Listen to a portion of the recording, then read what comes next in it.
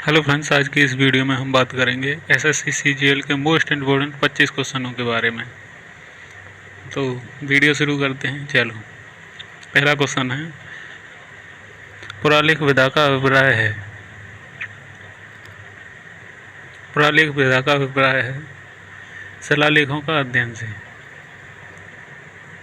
शिलालेखों का अध्ययन कब से?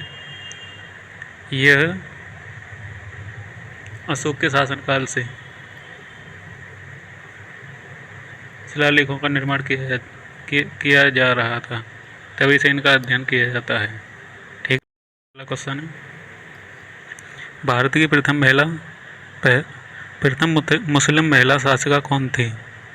तो इसका सही आंसर हो जाएगा रजिया सुल्तान, इल्तुतमिश की बेटी। चलिए अगला क्वेश्चन,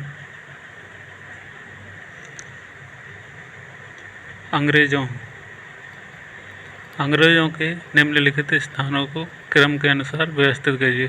केंद्र स्थापित किए जिन्हें सही कालानुक्रम से, यानी कि अंग्रेजों द्वारा स्थापित किए गए केंद्रों को क्रम के अनुसार व्यवस्थित कीजिए।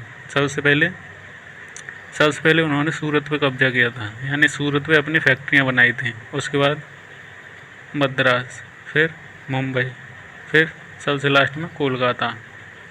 ये अपना आंसर हो जाएगा सी। चलिए अगला क्वेश्चन है, भू आकृति निम्न में से कौन सा सही नहीं है? देखिए, हिमनद यानी हिमानी सार्क का निर्माण करती हैं, नदी डेल्टा का निर्माण करती है, संयोजी भित्ति प्रवाल भित्ति जो आपने देखी होगी समुद्र के किनारे पाई जाती हैं, वो प्रवाल भित्तियाँ तरंगों द्वारा उत्पन्न होती हैं। घोल रंध्र ये पानी के द्वारा बनाए जाते हैं। घोल रंध्र पानी के द्वारा बनाए जाते हैं। ऑप्शन डी, ये वायु के द्वारा नहीं बनाए जाते। ये अपना ऑप्शन सही होगा। ठीक है, अगला क्वेश्चन है, रूम पे हूँ।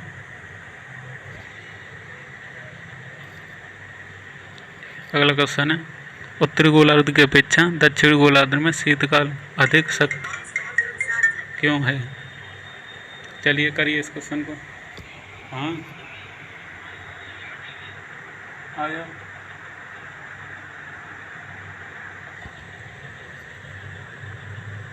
चलिए, उत्तरी गोलार्ध की अपेक्षा दक्षिणी गोलार्ध में शीतकाल अधिक सख्त क्यों है? देखिए, दक्षिणी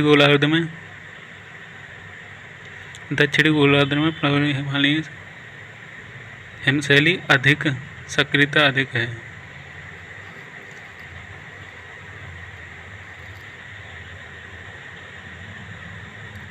देखिए, दक्षिण अंटार्कटिका वो आर्कटिक जो आइसलैंड है वो पूरा बर्फ से ढका हुआ है, जो समुद्र में आ जाता है दक्षिण हिंद महासागरों में, तो वहाँ से वो शीत अधिक प्रभावित होती है, इसलिए ऑप्शन नंबर सी सही होगा। ठीक है, अगला क्वेश्चन है, उत्तरी ध्रुव उत्तरीय अनुवर्त प्रवेश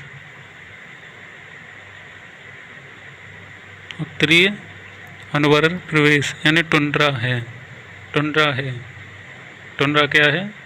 एक ठंडा रेगिस्तान है जो नॉर्थ कॉन्टिनेंट को रिप्रेजेंट करता है। अलास्का और ये ग्रीनलैंड, ये सब बर्फ़ से ढके हुए उनको कहा जाता है। ठीक है, भारत की सबसे ऊंचा पठार कौन सा है? भारत का सबसे ऊंचा पठार, तो भारत का सबसे ऊंचा पठार है लद्दाख का पठार। ठीक है, जो 3000 मीटर ऊंचाई पर है समुद्र तल से। अगला क्वेश्चन है, सूची को से मिलाइए। पुलिकट, देखिए, चिल्का झील उड़ीसा की है, बूलर कश्मीर की है, मीठे पानी की झील है, सांबर झील राजस्थान की है, पुलिकट है तमिलनाडु की। अब बताइए वेम्बनाड झील कहाँ की है? इसे कमेंट में बताइए। वेम्बनाड झील कहाँ पर है, इसे कमेंट में बताइए। चलिए अगला क्वेश्चन, खरीफ की फसल बोई जाती है। खरीफ की फसल दक्षिण पश्चिम मानसून के प्रारंभ होने से, यानी मार्च अप्रैल में बुआई शुरू हो जाती है इनकी खरीफ फसलों की। खरीफ फसलों में आती हैं खीरा, काकरी, खरबूज, तरबूज, तोरई, ये सब खरीफ फसलों में आती हैं। ठीक है, अगला क्वेश्चन है, भारतीय संविधान में मौलिक कर्तव्य कब समाविष्ट किए गए थे। भारतीय संविधान में मौलिक कर्तव्य 42वां संविधान संशोधन 1976।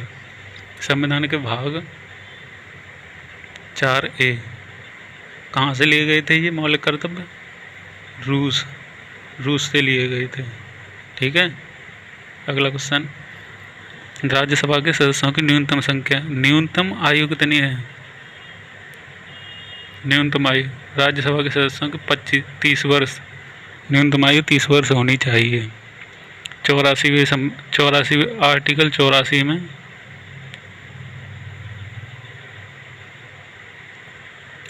राज्यसभा के सदस्यों की न्यूनतम आयु 84 के बी में राज्यसभा के सदस्यों की न्यूनतम आयु 30 वर्ष होनी चाहिए।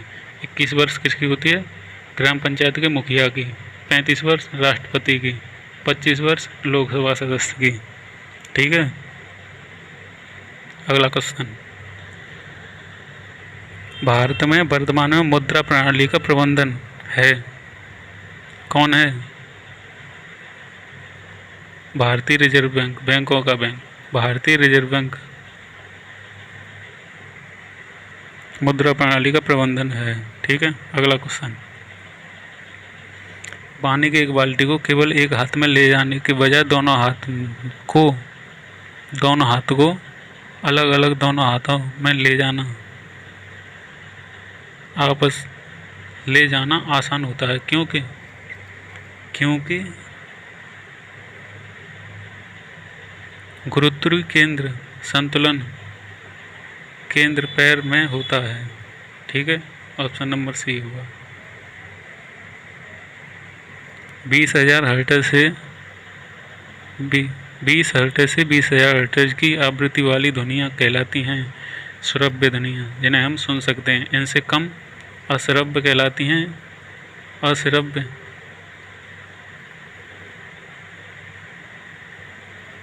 अश्रव्य कहलाती हैं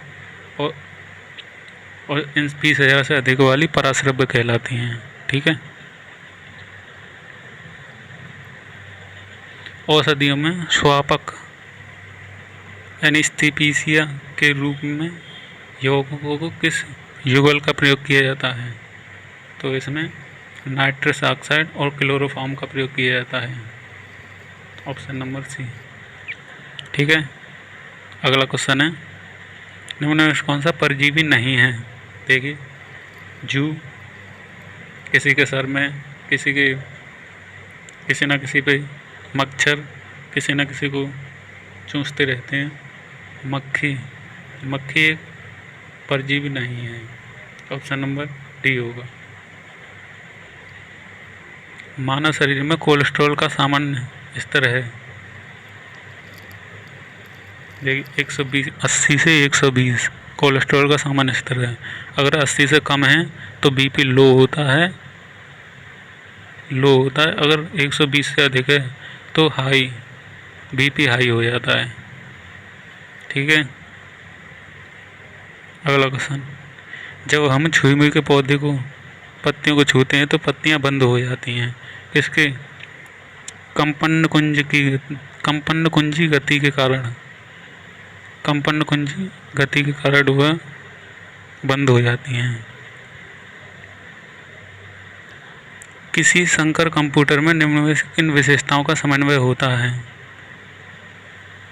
ऑप्शन नंबर सी, अनुरूप अंकीय कंप्यूटरों की गणना। ठीक है, चलिए अगला क्वेश्चन है, भारतीय परमाणु विज्ञान का जनक किसे कहा जाता है? होमी जहांगीर भाभा को भारतीय परमाणु विज्ञान का जनक कहा जाता है। नोबेल शांति पुरस्कार देने का समारोह किस शहर में आयोजित किया गया था? Sweden Stockholm. कब से? 1901 से अल्फ्रेड नोबेल की याद में। अल्फ्रेड नोबेल की याद में। ठीक है, चलिए अगला क्वेश्चन। लाइफ ऑफ पाई नामक पुस्तक किसने लिखी थी? यान मार्टेल ने लाइफ ऑफ पाई पुस्तक की रचना की थी। चलिए अगला क्वेश्चन। मोनालिसा का प्रसिद्ध चित्र किसके द्वारा बनाया गया था? मोनालिसा सबसे फेमस मानी जाती है मोनालिसा लियोनार्डो दा विंसी ने मोनालिसा का फेमस चित्र बनाया था, जो जैसे बनाने में 2-2.5 साल लगे थे। चलिए, डांडिया किस राज्य का लोक नृत्य है? डांडिया किसका है? गुजरात का। चलिए अगला क्वेश्चन। अंतर्राष्ट्रीय स्तर पर एक दिवसीय क्रिकेट में 200 विकेट लेने का पहला खिलाड़ी है, वो है कपिल देव, जो कप्तान रहे थे उस समय। 1983 में वर्ल्ड कप जीता था।